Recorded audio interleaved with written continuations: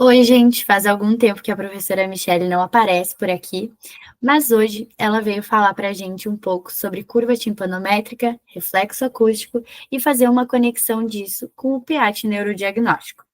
Isso tudo através de uma prova de Audiologia 2 que foi aplicada aqui na Universidade Federal de Santa Maria, no curso de fono, e fazendo alguns comentários e uma análise clínica dos casos que são apresentados nessa prova. Ela vai nos explicar o porquê de cada desfecho e o resultado das alternativas apresentadas. Então, se você ficou interessado nesse assunto e quer saber mais, é só continuar nos assistindo. Mas antes, não esquece de deixar o teu like e ativar o sininho para não ficar de fora de nenhum dos nossos novos vídeos. Esse vídeo conta com o apoio da Clínica de Fonoaudiologia Auditivo.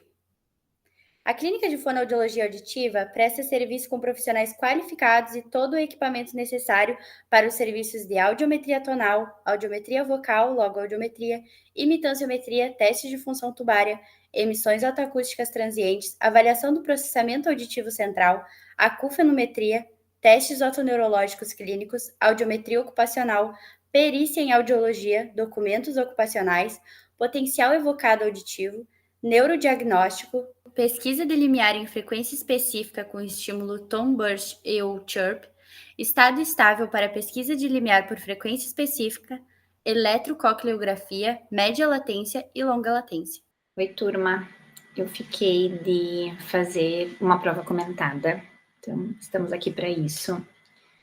A gente teve como objetivo, desejo, meta nessa disciplina trabalhar medidas de imitância acústica, curva timpanométrica, reflexo acústico, teste de função tubária, emissões otoacústicas transiente, produto de distorção, PEAT, neurodiagnóstico, PEAT, frequência específica.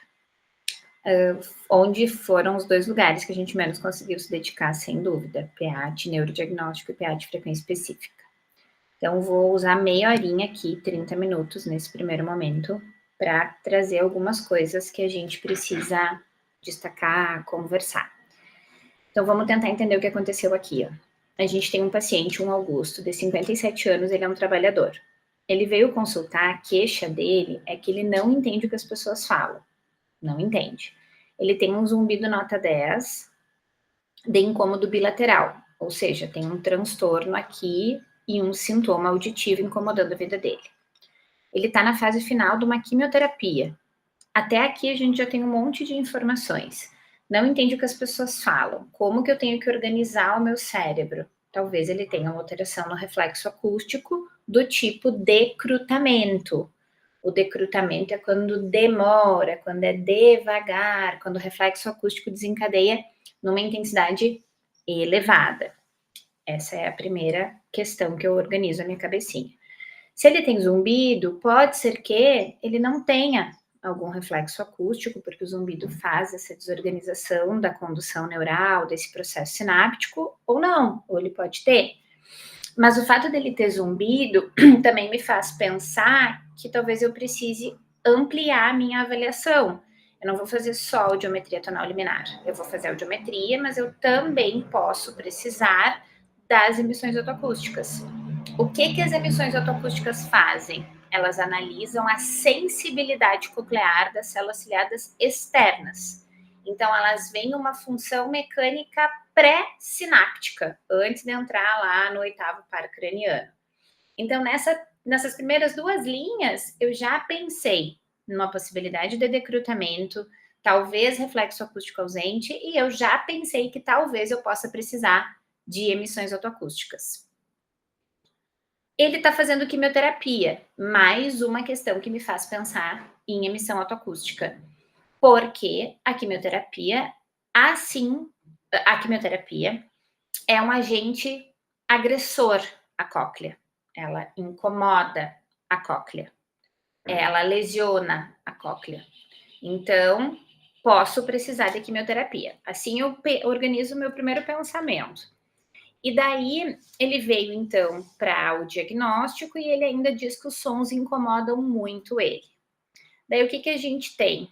A gente tem a audiometria dele, que a gente aprendeu em áudio 1, via aérea, via óssea, logo audiometria, com LRF, PRF, E aqui a gente já percebe, então, uma perda auditiva do tipo sensório neural, com um rebaixamento de IPRF, configurando dificuldade para compreensão de fala.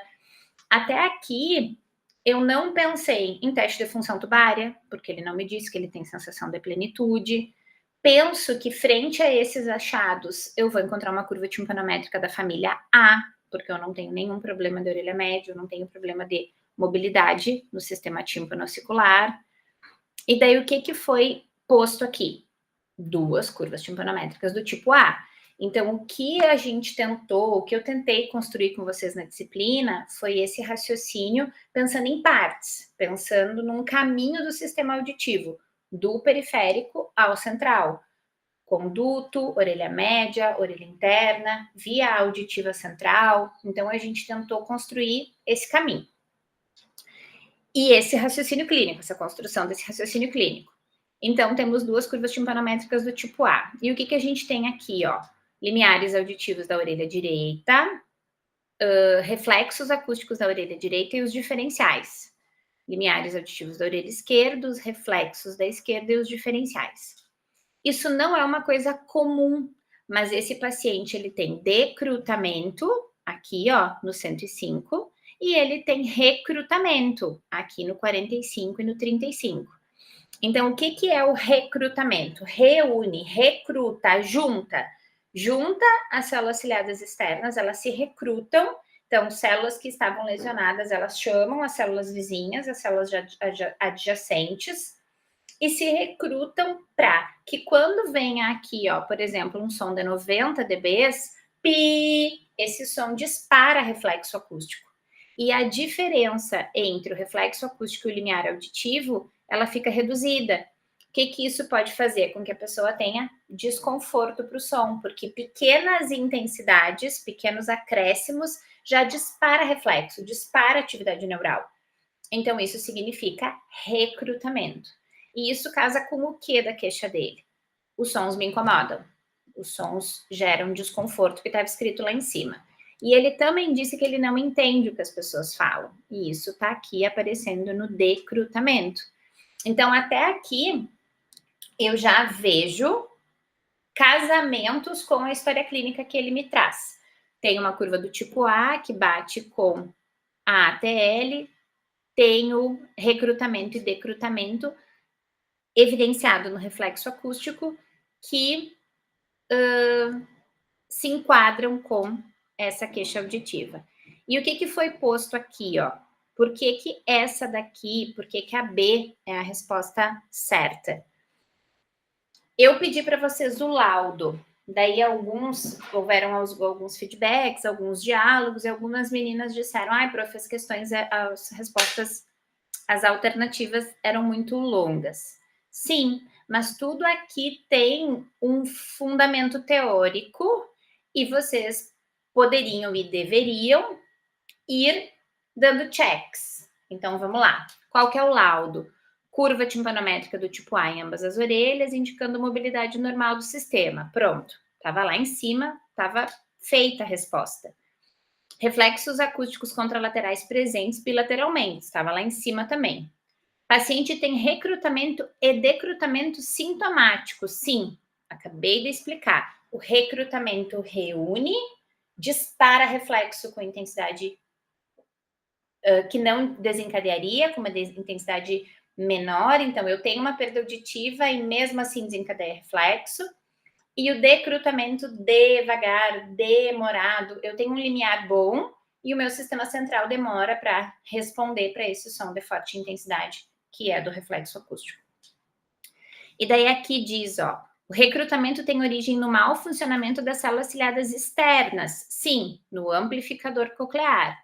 Estruturas fundamentais no mecanismo de transformação das ondas em impulso elétrico. Então, processo pré-neural, né? Cóclea, oitavo par craniano. Essas células constituem a parte mais frágil da nossa audição, estando sujeitas a lesões de diversas causas, genéticas, infecciosas, inflamatórias, tóxicas ou ruído. A gente aqui tinha uma questão de toxicidade porque o paciente estava fazendo quimioterapia. Infelizmente, as células ciliadas dos seres humanos, quando lesadas, não são capazes de se regenerar no sistema auditivo, passa a recrutar células vizinhas para ajudar na função daquelas defeituosas, que é o fenômeno do recrutamento.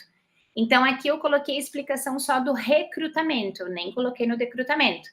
E mesmo assim, houveram comentários, né, que tá tudo bem, do tamanho da alternativa. Mas o tamanho da alternativa que eu queria que vocês fossem assim. Curva tipo A, check.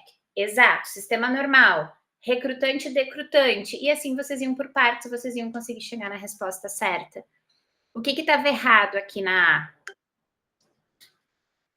A? O que estava errado aqui na A, ó? Deixa eu achar. Ó, tá falando só que ele é recrutante, não tá falando que ele é decrutante. E o decrutamento tá lá em cima. Então, essa daqui já estava descartada por isso. AC, curva timpanométrica AD, já descartou por isso.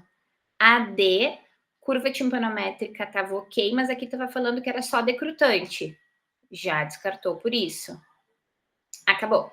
Essa era a questão número 1, que tinha como gabarito, então, a letra B. E daí, o que seguiu aqui?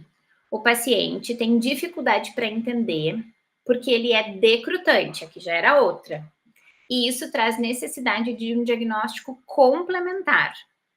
Ainda, ele tem zumbido. O decrutamento é o aumento do diferencial entre o limiar do reflexo acústico e o limiar auditivo e ou ausência do reflexo acústico, e já podem indicar uma alteração retrococlear. Sendo assim, o PEAT neurodiagnóstico tem indicação nesse caso. Então, a gente está pensando em diagnóstico. O que a gente tinha no gabarito? A2 é B também. O que muda da A para B? O paciente A tem dificuldade para entender o que as pessoas falam, porque ele tem perda auditiva e decrutamento. Então, gente, a gente está falando de diagnóstico, a gente está falando de sintoma, a gente está falando do funcionamento do paciente. Então, aquele reconhecimento de fala que a gente viu lá em cima é porque ele já tem uma perda auditiva. Então, aqui está a perda auditiva dele, ó. Ele já tem uma perda. A gente não entrou no mérito do laudo audiológico, mas seria uma perda auditiva do tipo sensório neural, degrau, não fiz a média quadra aqui, acho que vai dar degrau moderado, tô chutando de cabeça, tá? Não fiz a média quadra. Degrau moderado bilateralmente, com configuração, não bate muito nenhuma configuração, então a gente não configura. Ó, então eu tenho uma perda auditiva, então eu vou ter dificuldade por conta da perda auditiva. O paciente tem um IPRF a 70 dB, então já é uma intensidade mais elevada. Então, ele tem uma perda auditiva, que justifica a dificuldade dele, e além da perda auditiva, ele é decrutante. E daí aqui eu trago a questão do diagnóstico complementar, que foi quando a gente começou a pensar no PEAT. Por que a gente vai fazer PEAT nesse paciente? Porque ele tem zumbido, então eu preciso analisar a condução do som na via auditiva, o processo sináptico na via auditiva.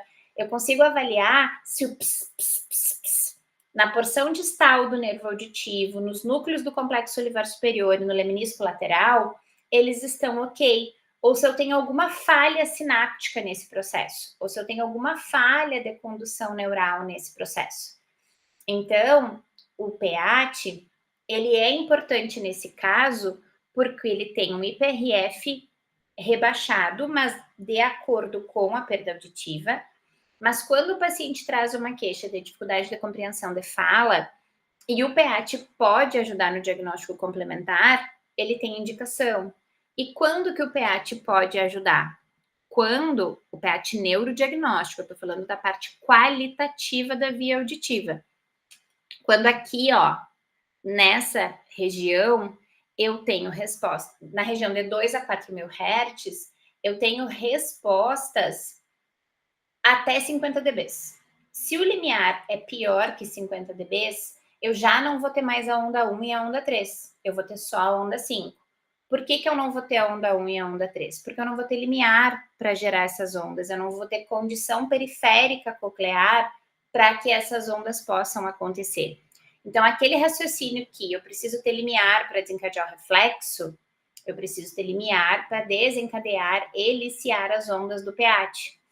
Então, no caso do PAT, tem indicação por conta do zumbido, tem indicação pela dificuldade de compreender o que as pessoas falam, mas tem uma indicação limitada. Eu não vou ver as 3 ondas. Eu espero, eu me organizo para enxergar a onda 5 e falar sobre condução sináptica, sobre processo neural, sobre condução do som na via auditiva para a lemnisco lateral, porque eu não vou ter limiar para desencadear as ondas 1 e as ondas 1 e 3.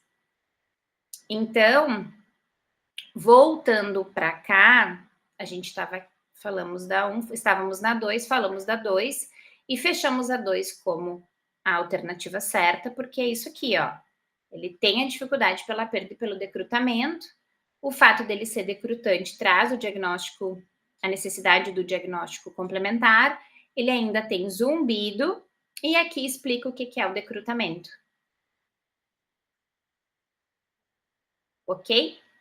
Então, o decrutamento é um aumento do diferencial, a diferença entre o valor do reflexo e o limiar auditivo. Por que não era AC? Porque aqui diz que ele tem dificuldade para entender por conta do recrutamento. A queixa do recrutamento é desconforto com o som, a possibilidade, né? Porque o paciente, ele tem muito paciente recrutante que não tem queixa e tem muito paciente decrutante que não tem queixa. Por isso que a gente fala do recrutamento sintomático ou assintomático. Daí aqui fala que ele tem a dificuldade só pelo decrutamento, então não é só pelo decrutamento. Então, por isso que descartam as outras alternativas. Fechamos na alternativa B. A 3 tinha como gabarito a letra A. E daí o que eu disse aqui, ó? Não pense no Augusto. Escolha a melhor alternativa sobre o PAT, analisando o exame e interpretando. Por que eu coloquei assim, não pense no Augusto? Porque isso que eu acabei de falar, de que o PAT precisa do limiar para desencadear, que tem que ter de 2 a 4 mil Hz até 50 dBs. Isso a gente não teve tempo, infelizmente, de trabalhar em aula. Eu comentei, eu falei, mas não foi uma coisa que a gente bateu na tecla. Então, eu falei da necessidade no Augusto, mas aqui eu falei, não pense no Augusto.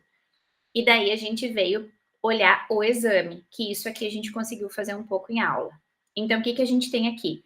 A gente tem a onda 1, a onda 3, a onda 5 da orelha esquerda, a onda 1, a onda 3 e a onda 5 da orelha direita. No dia da prova, me falhou, me passou completamente de abrir o modelo de relatório para vocês, que eu ia deixar projetado, porque eu falei para vocês que não precisava, que é impossível, né, a gente memorizar todos os valores de referências das ondas. Eu até hoje, eu não tenho de cabeça e não tenho pretensão de ter. A gente guarda a memória para outras coisas. E daí aqui, ó, o relatório do PAT, ele está dentro do relatório do PAC, do processamento auditivo, que comigo, em termos de atividade didático, de aprendizagem, de atividade pedagógica, de atividade de ensino, vocês têm comigo PAT no processamento e com a Prof. Eliara vocês têm PAT no diagnóstico infantil. Então, isso aqui foi o que eu não fiz lá no dia, mas não impactou tanto, eu acredito. Mas vocês também poderiam ter me falado, prof, tu prometeu que tu ia deixar a tabela dos valores de referência, porque aqui, ó, isso daqui, essa daqui é a tabela dos valores de referência que a gente usa de um trabalho que a gente fez aqui na universidade para valores médios das ondas 1, 13, 5, dos seus interpicos e da relação 5-1. Então, a gente não tem tempo, infelizmente, na disciplina de discutir artigos mas eu vou só abrir aqui muito rapidamente para mostrar para vocês da onde esses valores saíram.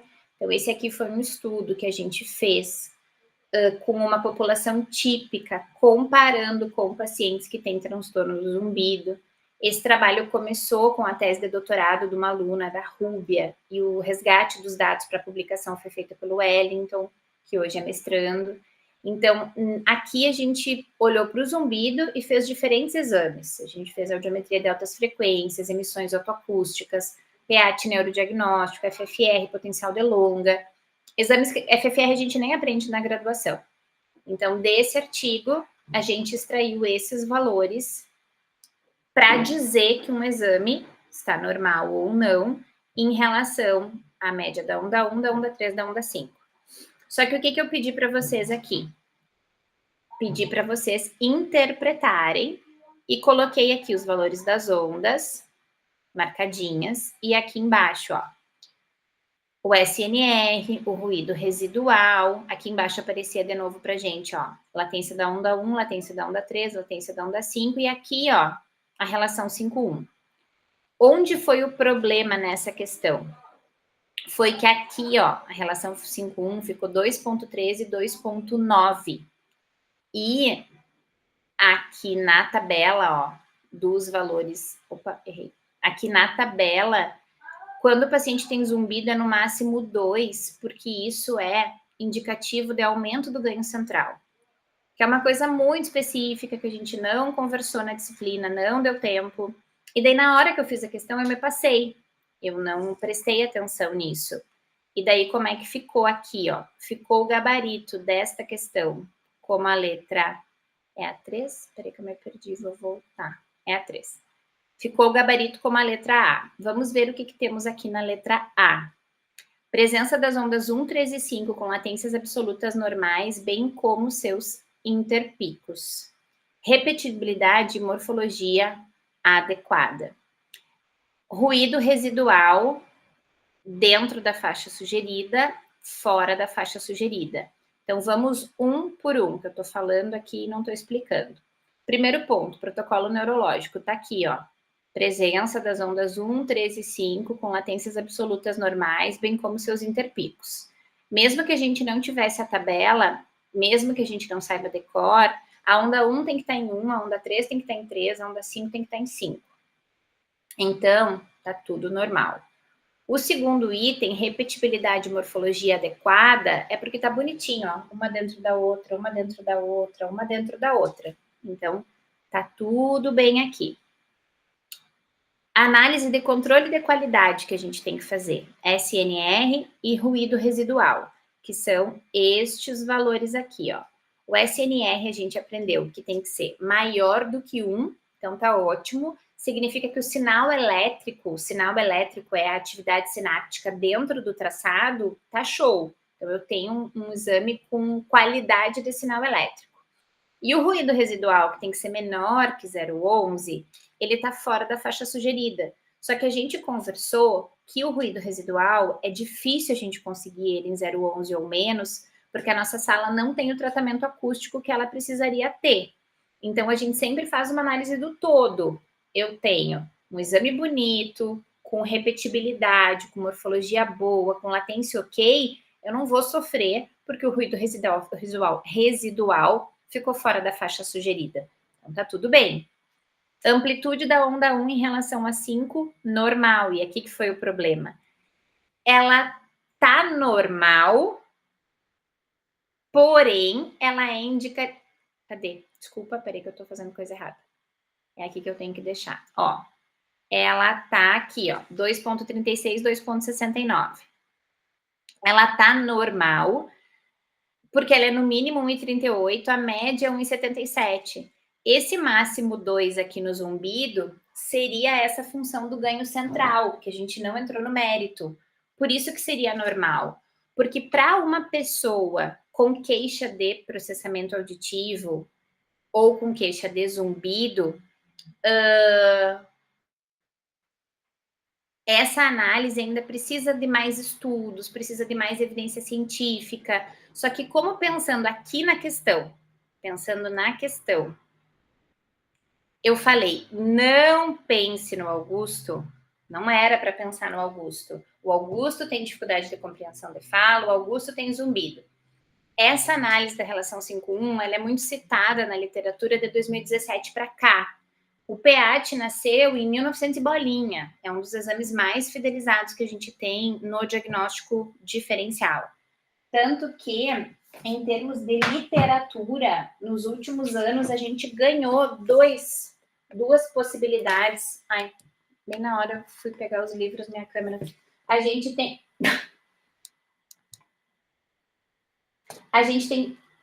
Gente, a vida como ela é. Minha câmera bugou. Ai, Deus.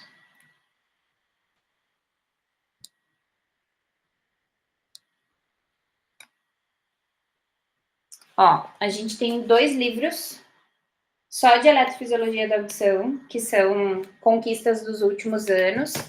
O tratado, ele é de 2000 e... Já arruma a tremedeira ali. O tratado, ele é de 2018, então não é antigão, é novo.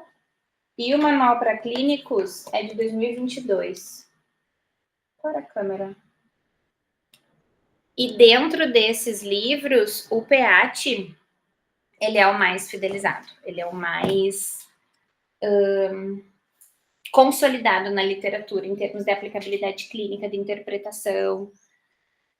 Então, por que a questão 3 ela era a letra A? Porque eu falei para não pensar no Augusto. E daí, por que as outras alternativas tinham um problema? Ó? Eu falei na B, volto. A B, presença das ondas com latências aumentadas. Então, não estava aumentada, estava normal. A 1 na 1, a 3 na 3 e a 5 na 5. A C também, eu falei aumentada. Já não valeu aqui. E essa daqui nem tinha D. E daí, era a letra A. Por isso, como que a gente segue?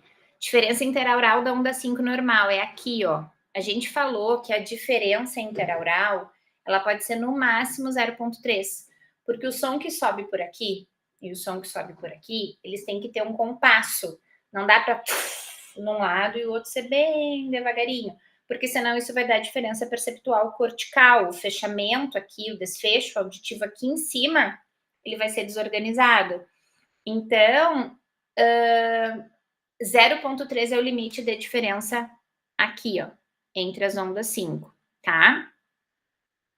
Exame compatível com normalidade da sincronia na via auditiva no 8º par craniano, que é a onda 1, e em nível de tronco encefálico bilateralmente, núcleos cocleares do complexo olivar superior, que é a onda 3, lemnisco lateral, que é a onda 5. Então, era isso que a gente precisava fazer aqui. Daí, agora sim, eu falei, agora pense no Augusto. E daí eu trouxe exatamente o que eu falei antes. Esse exame poderia ser dele, não poderia, porque tem as 3 ondas. E o dele já não teria a onda 1 e a onda 3. Então, qual que era o gabarito aqui na 4? Era a letra C. Esse exame não poderia ser dele, porque tem as 3 ondas. Ele só poderia ter a onda 5, porque os limiares dele na região de 2 a 4.000 estão piores que 50. Isso tem numa daquelas aulas gravadas que eu mandei para vocês como atividade assíncrona, que está prevista no plano da disciplina. E isso eu também falei um pouco no dia da nossa aula online, na semana do Rotavírus. E eu também falei no caso aquele dia que eu fiz os quebra-cabeças dos exames de áudio, com curva, com reflexo. Eu comentei disso no caso de uma das pacientes, que na presença de perda auditiva maior do que 50, a onda 1 e a onda 3 desaparecem, e eu ainda fiz a analogia que eu fiz antes, que da mesma forma que eu tenho que ter limiar para desencadear o reflexo, eu tenho que ter limiar para gerar as ondas do PEAT. Então, a B está dizendo que não poderia ser dele, tá certa? mas essa daqui está mais completa. E aqui está dizendo que a região é de 1 a 4 e é de 2 a 4. Isso a gente marcou, ainda fiz um círculozinho assim. Na região do 2 a 4 mil Hz, que é a predominância do estímulo clique. Tá? Seguindo. Em relação ao paciente Augusto, marque a alternativa correta sobre as emissões otoacústicas. Você, enquanto fonoaudiólogo, pensaria sobre esse exame nesse caso. O quê que você pensaria? Daí, a gente vai voltar lá na aula da docência orientada da Lili, do qual que é a indicação das emissões otoacústicas. Eu falei lá no início, quando a gente começou a ler o caso, eu falei, ele teria indicação de emissões pelo zumbido e pela quimioterapia. Porém, contudo, o que acontece? Ele faz audiometria. As emissões otoacústicas, elas servem como um diagnóstico complementar. Eu estou complementando o diagnóstico, eu quero saber mais sobre célula ciliada externa. Eu quero ir lá e interpretar melhor, saber mais sobre o funcionamento de CCE. Para ver, eu tenho uma lesão maior do que o que o audiograma está me mostrando ou não. Então, como ele faz a audiometria, o que a gente tem aqui? Ó? A transiente, ela começa em 1000. Então, eu teria uma resposta normal e o resto perda auditiva. A mesma coisa dos dois lados. Então, eu já não teria aplicabilidade da emissão otoacústica transiente, porque eu tenho uma perda auditiva. E a transiente, ela vai ser presente se o paciente tem o limiar até 25/30. Então, já era. Eu não tenho aplicabilidade de fazer transiente, porque eu já sei que eu tenho uma perda maior do que isso. O produto de distorção, ele analisa a função coclear com mais amplitude de frequência. A gente vai lá naquele slide da Liliane, o clique no agudo, o produto de distorção na cóclea inteira. E daí, o que a gente tem? No produto de distorção, as respostas, eu posso avaliar a cóclea para o produto de distorção se os limiares auditivos eles são até 45, 50 no máximo. Esses limiares auditivos estão todos piores do que 45, 50. Então, a transiente e o produto de distorção aqui não me ajudaria pela configuração audiométrica do paciente. Se a gente fosse pensar nas queixas super, ele tem zumbido tem indicação de emissão, só que na presença do limiar normal para transiente ou na presença do limiar até 45, 50 para o produto de distorção. Porque eu quero avaliar, analisar a função da célula ciliada externa para além do audiograma, porque ela vai lá e lembra que a gente fazia em aula assim? Ela faz um carinhozinho na cóclea e essa resposta tem que voltar e a gente vai captar na sonda do equipamento. Então, aqui, voltando lá para a questão 5,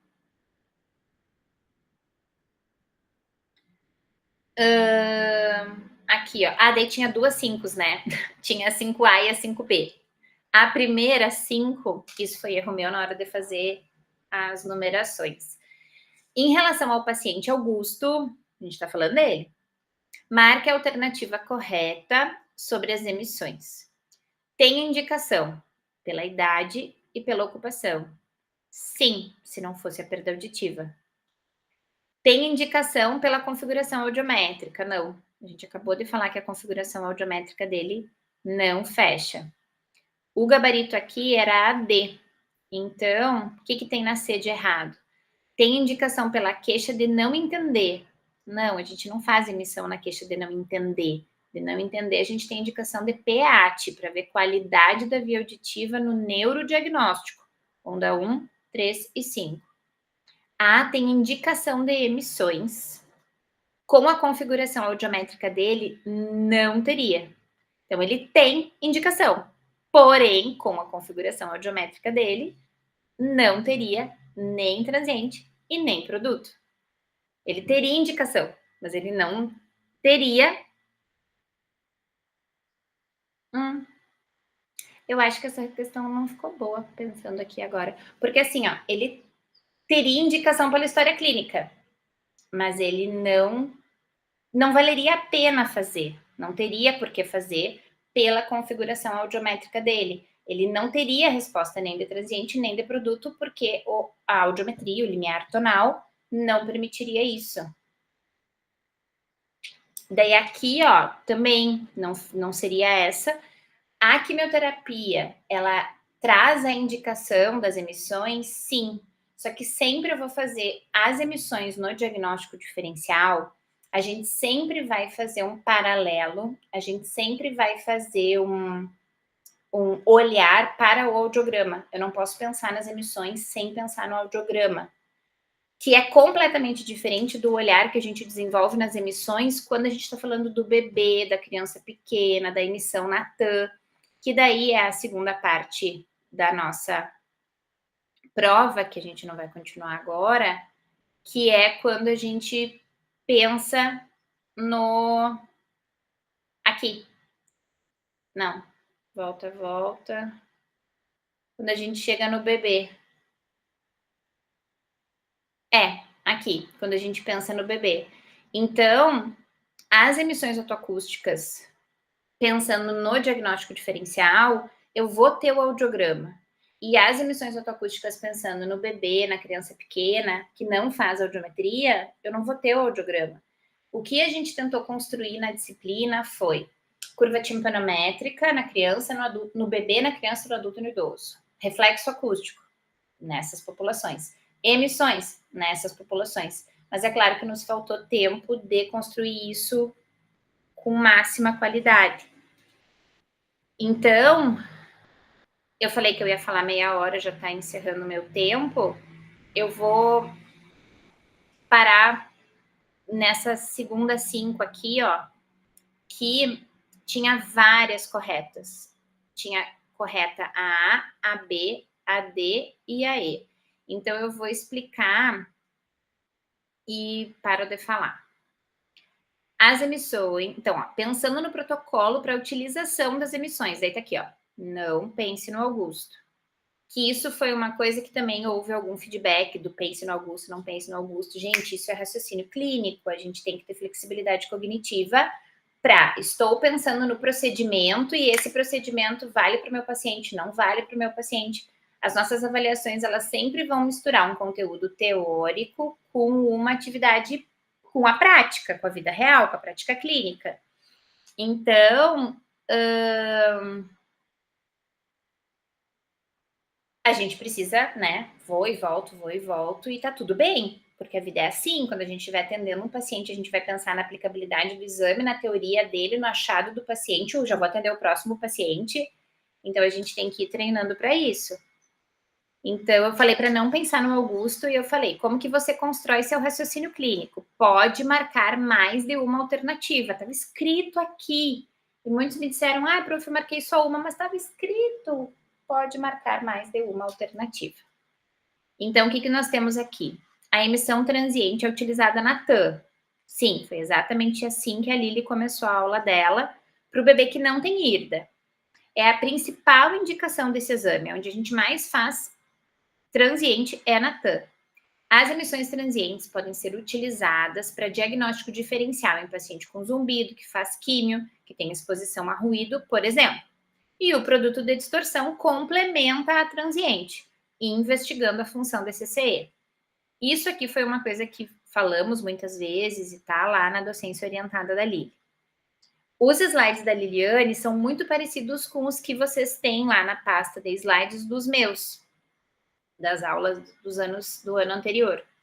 Mas isso aqui está escrito várias vezes. Na rotina do diagnóstico, realiza o transiente. Se o paciente falhar, realiza o produto complementa a transiente. O protocolo do produto, isso aqui foi uma falha de slide. Inclusive, eu estava revisando até para contar para vocês. Em todos esses livros aqui, ó, mentira, esse não, esse aqui, que fala de eletroacústica, porque a emissão, eu pego o livro, o negócio treme. A emissão autoacústica é um procedimento eletroacústico. E o Tratado de Eletrofisiologia tem tudo de... O Tratado de Audiologia Clínica tem tudo de áudio, tudo. Nesse livro de eletroacústica meu cachorro. Nesse livro de eletroacústica e eletrofisiologia, tem os dois. Emissão é eletroacústico. Em todos esses lugares está escrito que a relação sinal-ruído é superior a 6. Então, isso aqui eu acho que tem uma falha no slide. Se alguém tiver alguma coisa para a gente arrumar aqui de nota, pode avisar. E aqui também, tudo que a gente falou sobre relação sinal-ruído. Isso daqui, gente, ó, do 3 para o adulto, tá bem fraco, sabe? Eu acho que agora a gente vai começar a pensar em usar 6 para todo mundo. Tem literaturas do 3 para o adulto, mas revisando, até para a gente poder fazer a revisão da prova, eu acho que esse 3 para o adulto a gente comentou, mas vamos pensar cada vez mais do 6dB para todo mundo. Um beijo, falem comigo o que vocês precisarem. A Clínica de Fonoaudiologia Auditiva conta com os seguintes tratamentos: reabilitação vestibular, tratamentos para tontura, tratamentos para o processamento auditivo central, tratamento para amenizar o zumbido e tratamento para a disfunção tubária. Oi, pessoal, tudo bem? Hoje eu trouxe uma reflexão a respeito do diagnóstico diferencial. Então, sabem aquela expressão que fala para nós assim, para quem não sabe onde vai, qualquer caminho serve? No diagnóstico diferencial, a gente tem que pensar que existe um mecanismo fisiológico, existem estruturas e existem situações, ou melhor, eu vou usar de novo essa palavra, mecanismos que são parecidos e desencadeiam manifestações funcionais diferentes e mecanismos parecidos que desencadeiam mecanismos funcionais iguais. Então, a gente tem que ter noção do que a gente quer ver. E quanto mais especificidade no local, no mecanismo fisiológico, naquilo que a gente quer encontrar associado à queixa do nosso paciente, mais efetividade a gente vai ter num treinamento, numa ação terapêutica. E principalmente nós vamos ter unidades de medidas que poderão ser analisadas antes e depois do tratamento. Então, fiquem atentos, não fiquem perdidos, estudem, conheçam os mecanismos fisiológicos, conheçam os procedimentos que podem auxiliar vocês em todo o processo terapêutico do paciente de vocês, entregando resultados mais eficientes, mais rápidos, sem ficar dando tiro no escuro, fazendo qualquer atividade aleatória só porque ela é auditiva, no caso de treinamento auditivo, por exemplo. Então, criem mecanismos de entender as funções anatomofisiológicas auditivas, no caso, que é do nosso tema, tá bom? Porque a partir delas, vocês vão encontrar meios de utilizar os exames complementares, tanto a vosso favor, no sentido de demonstrar a sua capacidade técnica, como também no sentido de entregar um resultado mais rápido e mais eficiente para o paciente de vocês, tá bom? Espero ter plantado uma sementinha aí. Era isso, até mais. Tchau, tchau. Esperamos muito que esse vídeo tenha te ajudado. Não se esqueça de se inscrever no nosso canal e enviar esse vídeo para quem também precisa entender um pouco mais sobre o assunto.